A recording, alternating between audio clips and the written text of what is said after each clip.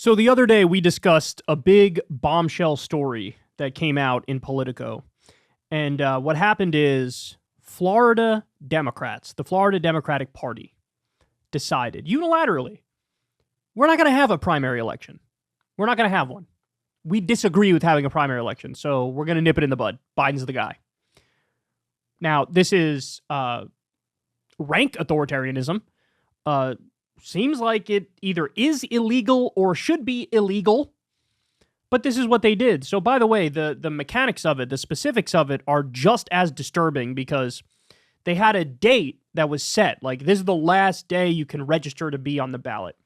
And Dean Phillips, the centrist Democrat who's challenging Biden, went to them just before the last day, and they were like, "Oh, I'm sorry, you can't get on this ballot."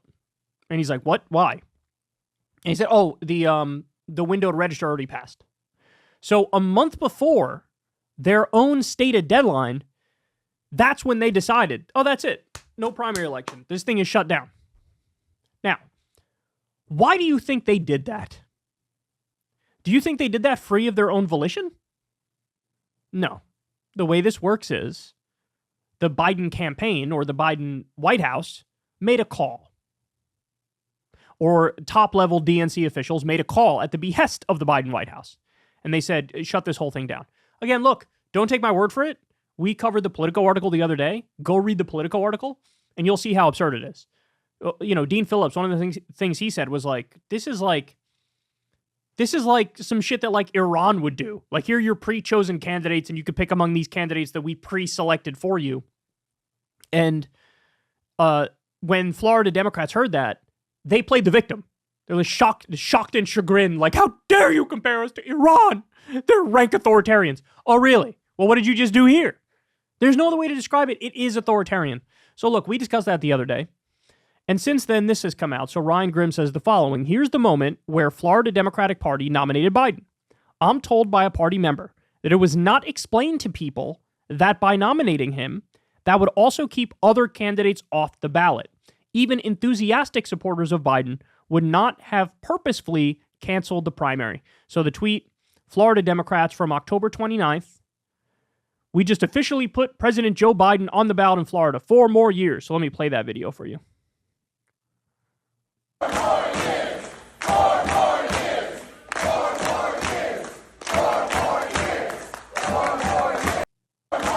So again, Ryan Grimm is reporting that he's talked to some of these people and they say, oh, we had no idea that we were excluding the other candidates, but we wouldn't have done it if that was the case. We didn't know that. Now, are there some people in the room who knew? I'm sure some people knew, right? I'm sure the leadership knew. I'm sure they got the phone call from either the White House or top officials at the DNC saying, hey, we want you to move forward with this. But guess what? They're not getting away with it. In fact, Cenk Uygur, Marianne Williamson, and potentially even Dean Phillips are all going to get together here and file lawsuits if they have to. And by the way, I say if they have to because they're thinking maybe with enough pressure, the Florida Democratic Party will say, okay, you're right, this was the wrong move, we'll let you on the ballot. But they might not do that. And in the case they don't do that, they absolutely should sue. So Marianne and Cenk held a press conference the other day talking about this. Let's see what they had to say. I think that the Florida statute itself is unconstitutional, giving that kind of power to the party. The party itself is a political committee. It's not a government agency, but it's playing a quasi-governmental function here. And it has no right to block democracy this way. It has a responsibility to the public good. And we all know that we're living at a time when our democracy itself is in crisis. We all know that the threats to democracy of them that are represented by people such as Donald Trump. But the irony here, of course, is that the Democratic Party claims to be trying to protect democracy, but their way of doing it is to suppress democracy. It's wrong, and it's also undercutting of the most basic rights. If we cannot assume that the people of the United States have fair and equal access to knowing even who their candidates are, then we don't have fair and equal access to the vote. And this is why this is a transgression of the 14th Amendment. And this is what we will be claiming in court if we have to. Both Dean, all of us, Dean and Cenk and myself, are going to take all legal action that we can and that we feel is necessary. We're going to communicate to the public, and we appreciate, I know all three of us appreciate that you are here. You know, You can't let these so-called little transgressions pass. We have to hold a line right here. This is not just about the fact that it's 200 and some odd delegates. It's not just the fact that it's drama going on within the Democratic Party. This is the chipping away of our democracy. And as Cenk pointed out, what an irony that the party called the Democratic Party, the party that claims to be the champion of democracy, has basically decided that Joe Biden will be the candidate. Now, this is authoritarianism, just as Cenk said. When I was a child, we were told that in the Soviet Union, people could vote, but they were told who their options were. And that's exactly what's happening here. And you have over 70% of Democratic voters who have made it clear time and time again that they want to hear other options. In this case, other options exist. And at this point, the Democratic Party, the state of Florida itself, have no right to manipulate the circumstances so in such a way that people are denied access to who their candidates are and to hear from us and to know that we're about. Unfortunately, this is part of a larger concerted effort that the Democratic Party has been taking. This has to do with media suppression. It has to do with invisibilization, erasure, but it stops right here, or at least it will not go unchallenged right here by myself. And I think I hear the same kind of conviction in Cenk's voice. We certainly have heard it from Dean as well. And I'm with him 100%. And all of us will do what we feel we have to do. And I think that we're the ones who are standing up for democracy in this case, not the Democratic Party. So guys, understand that this is why centrist Democrat Dean Phillips came out a few weeks ago and issued a formal apology to Bernie Sanders and said, look, when you were making all that noise, when you ran in 2016 and you ran in 2020 and you were saying, oh my God, the process is unfair, this isn't right, you guys have no idea what's going on behind the scenes, let me tell you a little bit about what's happening. He said, oh, I thought that was just all sour grapes.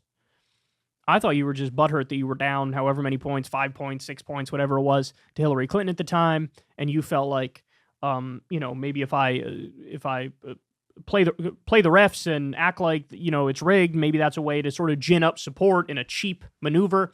This is what Dean Phillips' perception of Bernie Sanders was. But now Dean Phillips is running, and he comes out and says, "Oh my God, they actually are suppressing democracy." They're actually saying, we don't want you to run, so we're going to try to stop you from running using any and all methods and means. Ethical, unethical, legal, illegal, doesn't matter. Raw, rank power plays. We'll do whatever in order to get your ass out of the conversation and off the ballot. So look, the most important point is this, guys. I don't care if you like Cenk or dislike Cenk, if you like Marianne or dislike Marianne, if you like Dean Phillips or dislike Dean Phillips. None of that matters.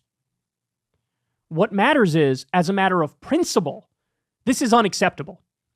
And it is the height of hypocrisy to look at somebody like Donald Trump and accurately say, this guy doesn't care about democracy. He tried to steal the 2020 election. He did a fake elector scheme, a fraudulent elector scheme. He was caught. This was a criminal operation. He's going down. I am shocked and disturbed by what Trump did, because he's anti-democracy, and then you turn around and do a move like this? So what, when you subvert democracy, all of a sudden, it's holy and pristine and immaculate and moral and just? And by the way, if you're really not scared of the outcome, why on earth would you do this? Biden is leading by a lot in all of the polls. So why would you try to put your boot on the neck of the democratic process like this? Because they don't care. It is just a raw power play. And this, guys, you're now just seeing the most brazen example of it, where it's undeniable. It's undeniable because Politico is reporting it. Mainstream outlets are reporting it. But Marianne's been dealing with this every step of the way. Marianne would have a date set to give a speech to young college Democrats. And she would get a phone call that says, oh, you're not giving that speech to college Democrats. The venue's canceling on you. What? You can't go speak at this college. You can't go speak at that college. You're not allowed to get this voter data, which you have a right to, which you already paid the fee to get. We're taking that away from you too. They put roadblocks up every which way. They stop. If Marianne were to set up a meeting with a party official, like a top party official from the Democratic Party in one of the states that she's campaigning in, she'd have the meeting set, and then she'd get the call, I can't meet with you. What? This is like Game of Thrones level stuff here, man. Media suppression. Don't get me started on that. Early on in the process, when she initially launched, there were some outlets, some shows at the big players that would have her on. It wouldn't be the top tier of those of NBC or CBS or CNN, or it wouldn't be the top tier shows, but some of the shows would say, okay, we'll give you a little bit of time. But then very soon thereafter, total blackball. The only outlet that would have her on was Fox News. And why was Fox News agreeing to have her on? To use her as a vessel to attack Joe Biden. It wasn't even like, it's the divide and conquer strategy, right? It wasn't even like, let me have you on to hear you out. Maybe you'll get some votes from our audience. No, it was very cynical why they had her on, and she refused to play that game. And so now, like, total blackball from the media. Has Cenk gotten a major interview on any since he started running? Now, granted, he's got some court case issues that'll be, that'll be settled one way or the other in due time. But Dean Phillips, again, at the very beginning, a couple places had him on, but now that's going to go away too. Why? Because they blackball you. They make phone calls. It sounds conspiratorial, but it's not when the evidence is the size of Mount Everest. So look, the bottom line is this, guys. We're in a crisis right now because this is far too heavy-handed. When it's just subtle, when there's plausible deniability and some people can white knight for you and say, that's not true, Biden wouldn't do that. When that's the case, it's one thing. They largely get away with it. But when it's this brazen, this out in the open, and it's at a time where, 70-some-odd% of the country says Biden's too old to be president again? He's hemorrhaging his key crucial supporters like young people and Latino Americans and Arab Americans and Muslim Americans. This is way too heavy-handed. And now you run the risk of people just seeing this and going, I'm never going to vote for this guy. On top of supporting a slaughter in Gaza, he's also just suppressing the democratic process. They've been warned, man. They've been warned, but they keep going down the wrong path. Here we are, relatively close to the election, and the Biden campaign has never been in a worse spot, ever. In terms of polling, in terms of strategy, in terms of policy, in terms of their own threats to the democratic process.